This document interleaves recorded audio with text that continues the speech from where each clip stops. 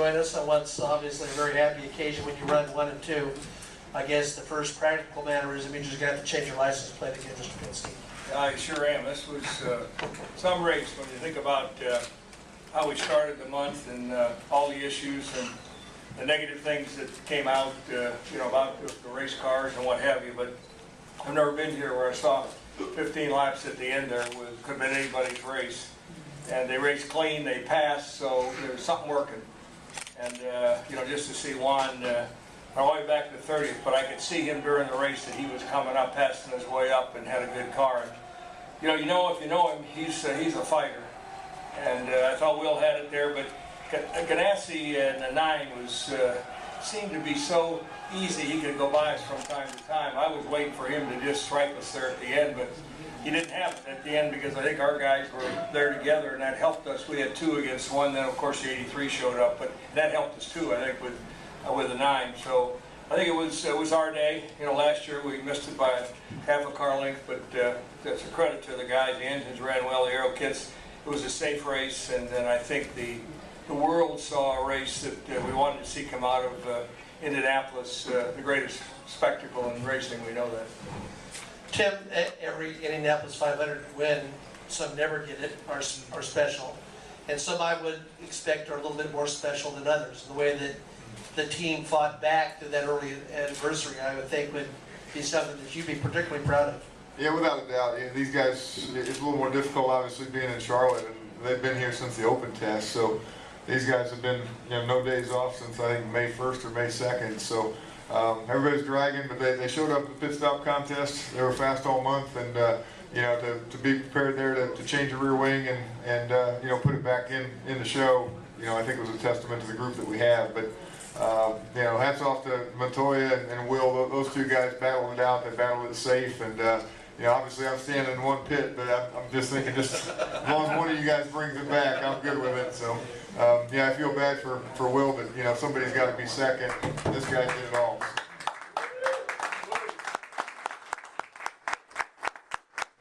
Well, the winner of the 99th Indianapolis 500. Juan, when you won your first 500, a friend of mine suggested that you drove nearly a perfect race. And that was an easy race. That was an easy race. And it leads to my question.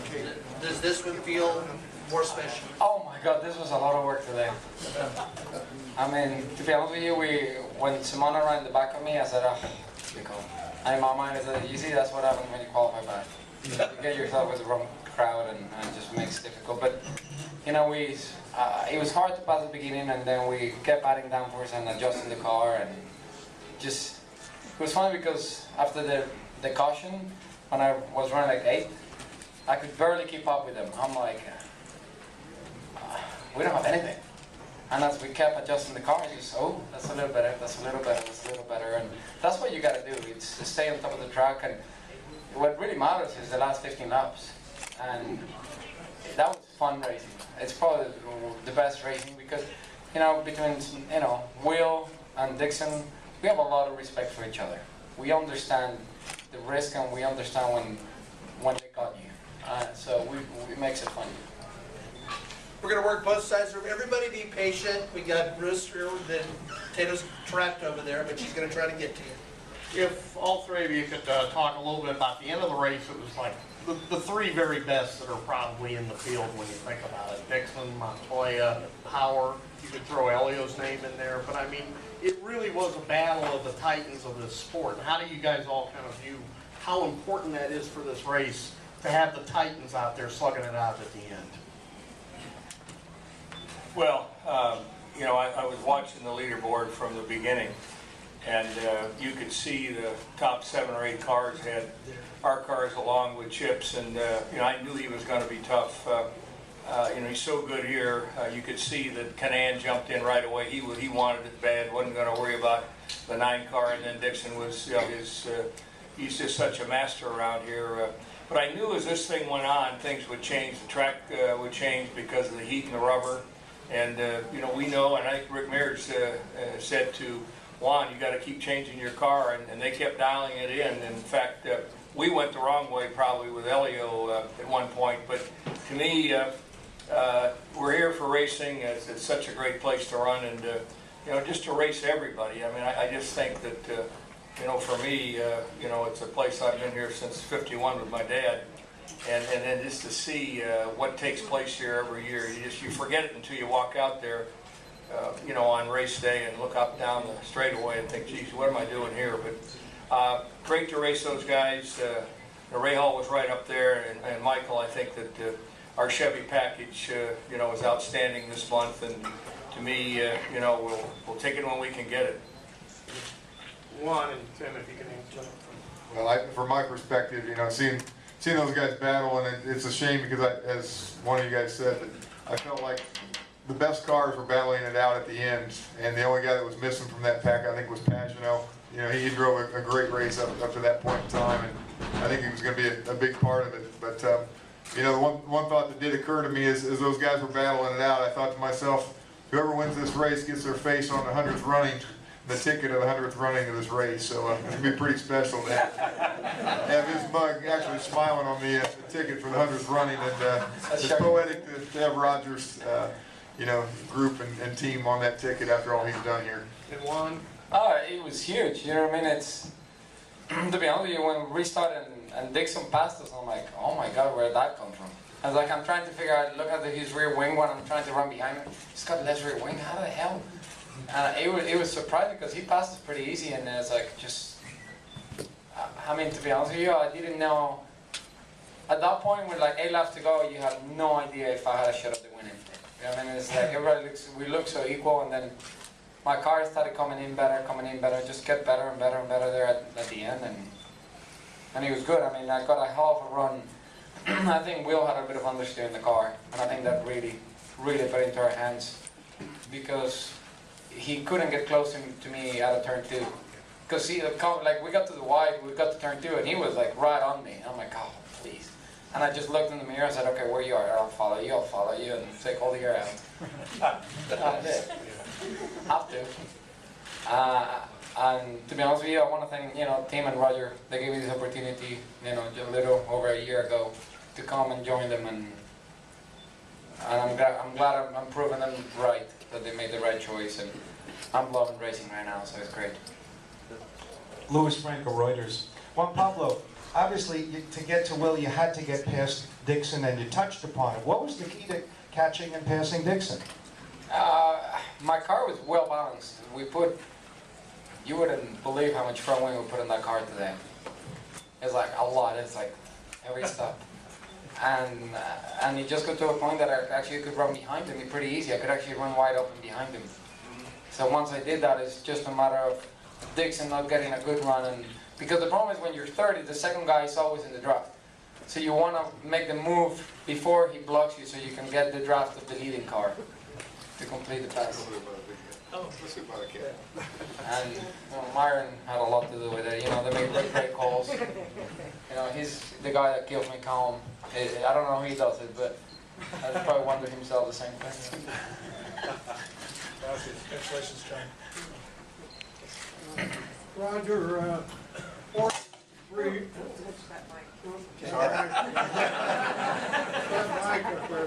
We need Tim and others to engineer that for us. All right, thank you. 40-some years ago, you won your first race here, and most car owners, if they won 2 or 3, they're ecstatic. You've got 16 now. What's the feeling now, all these years later? Well, every year, we're here, and, we got a commitment to all our guys at the shop, and, we want to win. And, you can't look in your rearview mirror. I said that we got with our guys yesterday and had our strategy, and, I said we got to execute, and I think we saw that today. They executed on the 2-car when he had a problem there, and the restart, and the pit stops were terrific. I think that momentum in that pit stop contest, quite honestly, it added a little bit of buzz in our shop that maybe we didn't have after we got knocked off on the pole, because we were pretty confident that we could be competitive, and we really weren't. And, to me, I come here for one reason, and that's to win. And, I want to come back as long as I can stand and be part of this group and have these kind of people work for us and be teammates. And to me, it's just a great place to say, hey, this is where we tee it up. Juan, that last 15, 20 laps, obviously very intense. top 6 or 8 guys all right there on top of each other. Talk a little bit about the challenge and the strategy of not only trying everything you can to get by the guy in front of you, but also defending guys behind you that are just as determined as you are. Yeah, the hard thing there is that I noticed, and I nearly made a mistake, is I ran behind Dixon once, like I was right behind and stayed behind, and I had to lift out of 4, and 83 Kimball nearly got a run, nearly passed me. And then, you know what I mean, that's the key thing, is you gotta figure out how to make your move without hurting yourself. And if you know you're not gonna make it, you gotta bail early enough so you don't come out completely dead. You know what I mean, and you still screw up. You know what I mean, you don't wanna screw up, but you do. You know what I mean, it's the question is how big you screw up. And I told my guys too, you know, when we did the team meeting, is there's 100 ways to throw this away, and there's only one way of winning it. And the guy that makes the least mistakes is gonna have the best shot of winning it. And we executed today beautifully. Made a couple of small mistakes early, but then, you know, we got our composure back and come back. A question for Roger and team, please. How do you judge the race of Simon today and his season so far? Well, I think that, you know, Simon early on had the best car, I think, of all 4 of them. I mean, he ran out there well, and he got on the restart. I think he got back into one of the cars, 25, I think, got into it. I thought he did a great job, and it would have been something if he would have been up there, because I think he had the car to run up with Will and certainly, you know, with Juan there at the end. But, you know, what really worked in our favor was when the 10 car had a problem. That really opened it up, because it was, you know, we had at least 2 strong cars working against, you know, the 9 car, and then the 83 kind of got in there at the end. But I thought Simon did a terrific job. He's been a great asset to the team. Yeah, I felt like he had the best car. In the beginning, it was he and Dixon's race, as far as I felt, and I felt terrible for him after the race. I went up to him and he said, "That's the best car I've ever had in my life," and you know, I just bumped a little bit too hard, and you know, had to go to the back. But you can see the fact that he went all the way to the back, drove back up to 10th with whatever it was, 15 laps to go. You don't do that here very easily, so it showed you how strong he was, and I think there's a lot more to come from him. I have a personal question for Juan. After the For who? For me? yeah, personal question. After the first win here 15 years ago, you left IndyCar racing or American racing and went to Formula One. You would do the same again now if you get a surprise? No, I'll be here. As long as I told Roger, as long as you want me, I'll be here. Something that Roger has is that Roger loves racing. And he has a passion of winning and being the best at everything he does. And when you can be part of that, it's exciting. You know what I mean? I'm very blessed to be able to be a Penske driver, and to have success with him is huge. You know what I mean?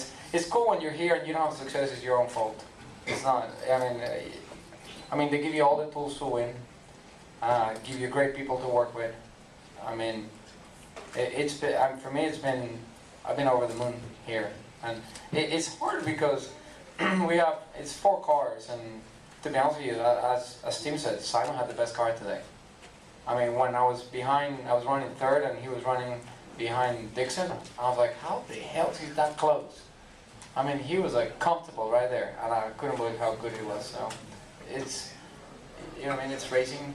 This moment, you know what I mean, if you gotta make a mistake, make it early. If late, it's hard, but it's what it is. We all make mistakes. He's young, and I'm sure he'll win a couple. Could you guys give a little historical perspective? I think this 15 years apart. Can you believe how, you know, bookend this career? I mean, it's been such a great career. And if you guys could talk about how the best driver. Maybe not. For me, I think here was the start. You know, 99 2000 was the start of my career. It was really young, and it was just the start of it. And you know, we came here, we had a really good car, and you know, we dominated. But I'll tell you too, this one, when you have to work for it that hard, it's exciting when you come on top of races like this. I mean, I know probably Will's disappointed right now. He finished 2nd, but you know, in a couple of months he's gonna look back and say, "Man, that was fun. That was a hell of a race." For either one of you guys, I don't know what generation he is, because he's He's 2 generations, but is he the best driver of this generation?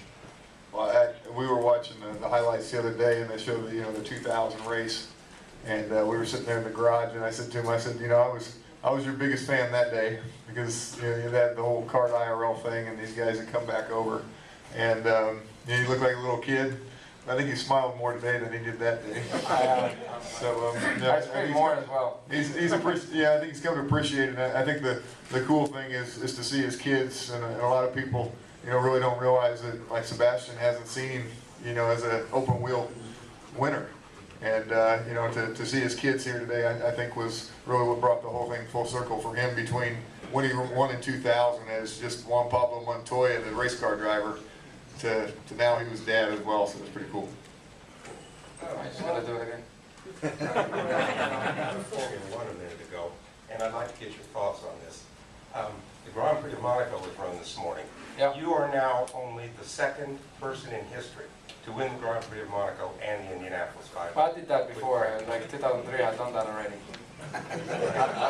I added a second win. I won twice here. I ain't gonna win 2 Monacos, but I ain't going back, but I'm not that guy, but I don't want to. Juan, 2 questions. One, you said all month that you were focusing on the race. You weren't really focusing on qualifying. Can you talk a little bit about that? And the other thing is there were so many outside passes today. I mean, it's fantastic to watch. Just talk a little bit about making the outside passes here, how you have to do it, what that sensation's all about. We do focus on qualifying as well, but the race is won on Sunday. And was one, you win the race today. It's important in qualifying, and when to be honest, we were kind of surprised how slow we were because we were not that different than the other cars. Looking at it, looked like the wind really screwed with us, but it's what it is. We probably need to learn from that and see what the other guys did different than us because we need to be a little better at it. But I did feel like I had probably the best race car I had in an oval since I came back. It wasn't as good when we started the race, so because the temperature was so hot, it was hotter than we expected, so we had to adjust for it. But it was good. Just keep adjusting it, keep changing it, and see what happens. And making those outside passes there? The first one I did was to Serbia, and he wanted to stay with me there, and it scared the hell out of me. But I was like half a car ahead of him. I was like, "Where are you going?" Yeah, I got a lot faster car than you. It's like, it's not 15 or something. Can you give me a break? You know what I mean? It's the same thing, Simona. You know what I mean? Simona didn't do it on purpose or anything. She wants to prove she's that good, and she has a lot of speed. But when you're racing for a job, it's a lot harder. You know what I mean? We all race for jobs because we gotta perform, but you gotta understand the big picture. How do you get to win? You know what I mean? I think I've got a lot of experience. NASCAR really helped me to understand that 500-mile races, how they need to be run and everything. So it's what it is. Well, you are the only driver now in the Indy 500 history who won in 2 centuries. And the 15 years between the 2 wins is a new record. Can you compare the 24 years Juan Pablo Montoya and the today's Montoya?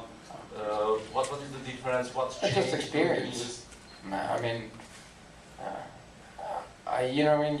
You made a lot of moves back then that they worked, and you played it on the gut.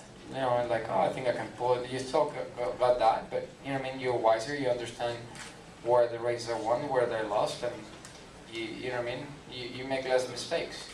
It's the biggest difference is just experience. Juan Pablo, en español, ¿qué significa este triunfo para ti el día de hoy? Y por supuesto, segundo triunfo en esta temporada, ganó Tampa. Juan Pablo, ganaste Tampa y ganaste aquí en Indianapolis. ¿Qué significa este triunfo para ti? No, la verdad estoy muy contento. La verdad hemos trabajado muy duro con el equipo para poder llegar a esto y darle el triunfo a Colombia y al equipo Penske y a toda la gente que me apoya, Verizon y el Chevrolet. Es muy especial y pues buena manera de seguir en el campeonato. Roger in the back here, Jordan Bianchi, SB Nation. This had been before today your 2nd longest drought in years that you'd entered this race. I'm wondering if there had been any more emphasis going into this race than years past to try to end that streak. Well, I think the fact that you know, we committed to run, you know, more than 2 cars. And last year, of course, you know, we added a car with Juan, and then with Pagenaud being available, it was obviously an opportunity for us to, you know, bring him on the team, but it also put pressure on us. And sometimes we've watched teams run multiple cars, and that causes, you don't get the speed, you don't get the execution. But, you know, we've been competitive a lot of years, but it's like today. I mean, we might have been sitting in the garage right now, not here, based on just a couple different laps. So I felt we were very competitive last year, and obviously we won the championship with Will, which I think was good. But you know, we were ready. We had good cars. As I said earlier, we were disappointed on how we qualified. I'm sure Juan was too. But we focused on the race. And when you see the finish, your 4 cars in the top 10, you know, today, and 3 in the top 7, I don't know how we can do any better. What we got to do is go back, look at our notes. And I think I said last night at our dinner with our sponsors, probably had 700 years of experience at the track here, you know, in the garage area working on these cars. So that's what I think makes the difference. And as long as I can, we pull it together, and Tim doesn't mind us pushing the way we have to, you know, we'll be back. 2 for Juan Pablo. One, were you surprised that Chip Ganassi stopped the convertible as you're about to go on the track, and what did he tell you? No, he just congratulated us. You know what I mean?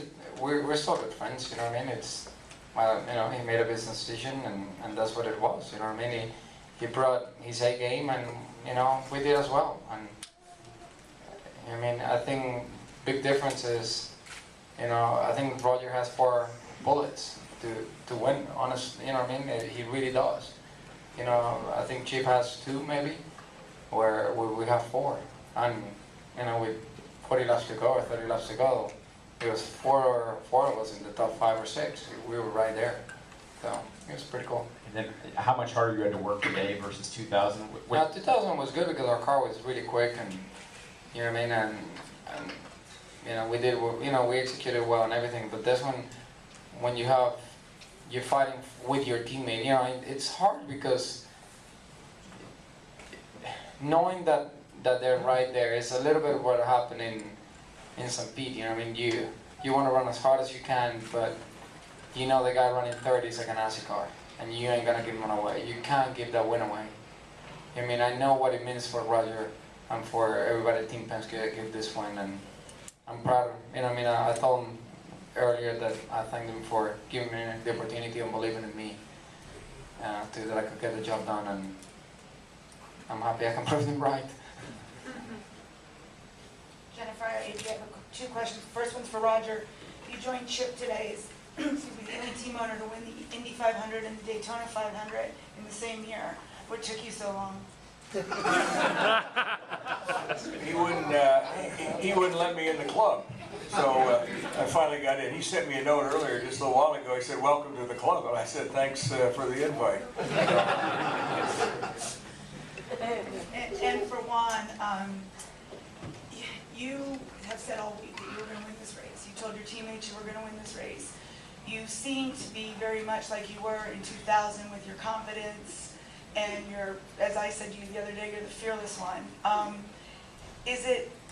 You've said before when you have a good car that it's easy to be like that. And it is. How long did it take you after coming over here and getting in the Penske equipment to recapture that part of yourself? In the ovals, they didn't took me that long. Road course, I don't think I haven't figured it out yet. The street courses were, you know, they're pretty close. I feel my race pace is really good. I feel my street, you know, my qualifying, it's close but not there. In the ovals, to be honest with you, my worst oval last year was Indy. It was my first oval, and that's what I told the guys. I mean, I had a 5th, I had a win in Pocono, I had a 3rd in Texas, and to be honest with you, I should have won Fontana. We didn't have the weight jacket problem, and I still finished 4th. So it's like coming here, it's like, you know, if we blow this today, we're gonna be 5th. That's the way I told the guys. And I told Brian, my engineer, I said, this is my best car that I had in an oval. And to be honest, if it would have been a little cooler, it would have been even stronger. So. We got 2 questions lined up. We'll wrap it up after Bruce. Juan, I know this answer because I heard you on your radio, but when did you know you were going to win the race?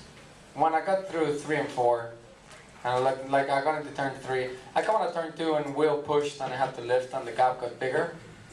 I got into turn, and through middle of 4 load and he wasn't close enough. I'm like, oh, I got this. I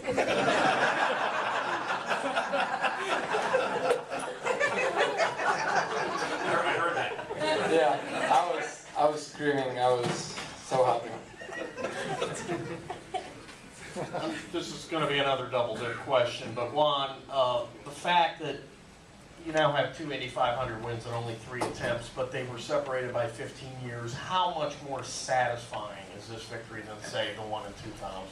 It's cool, you know what I mean? It's exciting, you know what I mean? Each one is very special, and the first one was really cool, but it was weird because I didn't spend, you know, we came from Japan, you know, the day before I ran in Nazareth, so it was weird. I didn't do anything, and we didn't experience it, you know what I mean? And something with, you know, Team Penske, when you're here, you do a lot of events for sponsors and a lot of cool events, you know what I mean? We had a really cool shell dinner, you know, we had a really nice dinner as well last night, so, you know, we had the parade, so it's the proper experience of the month.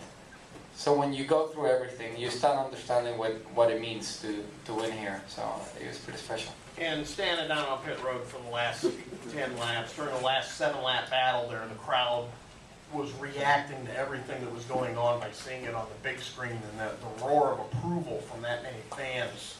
Just how important is that for this sport, that the fans were so engaged in the end of that race? For me personally, I think the Aero Kits have been a huge plus. We had that good of a racing because of the Aero Kits. You can follow better people, and you know, Chevy brought a really good equipment. You know, really the motors at the end, they were really, really good, and our cars were amazing. So I think IndyCar is going in the right direction. Of course, you're going to get a lot of people criticize it and look for the bad sides of everything, but that was really cool. Roger, the fan reaction. Well, there's no question. I mean, all of us, with the new screens, and you could see it, you never knew who was going to lead the next lap, you know, down the front, down the back. And, you know, to me, I said the same thing once I saw our 2 cars pull away, and Dixon, you know, was, you know, battling there with the 83. I thought it gave us a, you know, a real good chance. The question was it going to be the 1 or was it going to be the 2 car? But I think it's great for the fans, and I hope it erases, you know, some of the negative publicity that we got earlier in the month, because to me, I think I said it earlier, you know, that kind of racing, you know, 220 miles an hour, 222 miles an hour, inches apart, lap after lap, and it shows you how good they are. And again, anybody could have won this race the way it worked out, but I think the fact, and what Juan didn't say, they kept working on that car, and I think that was the difference, because his car got better.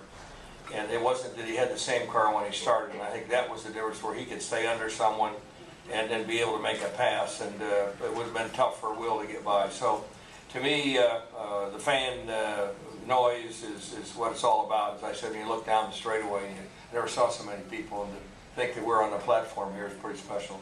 Just one more thing, maybe for Roger or Tim. This gentleman here was a big part of your team and making things happen to get you to victory lane, and I think he deserves some acknowledgement for that. Well, John Meyer and Bousselong he's had 11 victories here, by the way, just so he's been 11 times he's in the winner's circle, so he's the right guy you want to have on your car. You know, but you know, John is an athlete. He's a guy that's started with us back in the early days and worked his way up. But it was a couple of years ago, he used to hang around on my box. I said, hey, you got to run one of these cars. And guess what? He's passed his test, I guess, and did a great job calling the race, and has been doing that for Juan now for the last year and a half. So, John, I want to congratulate you. Yeah, absolutely. You know, these are the guys that when I came to the team, he had been here quite a while. I think he had been here 13 years before I got here. And, you know, I thought, what's that? 29 years. How about that? 29 years he's been. It doesn't look that old. He fell off his bike, by the way. He should probably get a picture of him. I get the call the other day leaving after qualifying. They say, gee, John had a problem when he was on his bicycle, broke the chain, went over, fell down, knocked him out, had to go to the hospital. So he's had a tougher weekend or week than you had one. No, but he's the guy that you know, he helps set the tone for kind of this excellence that Roger stands for. You know, somebody set that tone and carries it through, and guys like him and Clive Howe and, you know, Kyle Moore coming into the team this year, you know, continues to add to that. And those are the guys that behind the scenes really make it happen. So I'm glad he's here today. We always appreciate you coming in and taking time with us. Enjoy it. Thanks, Thank you, guys.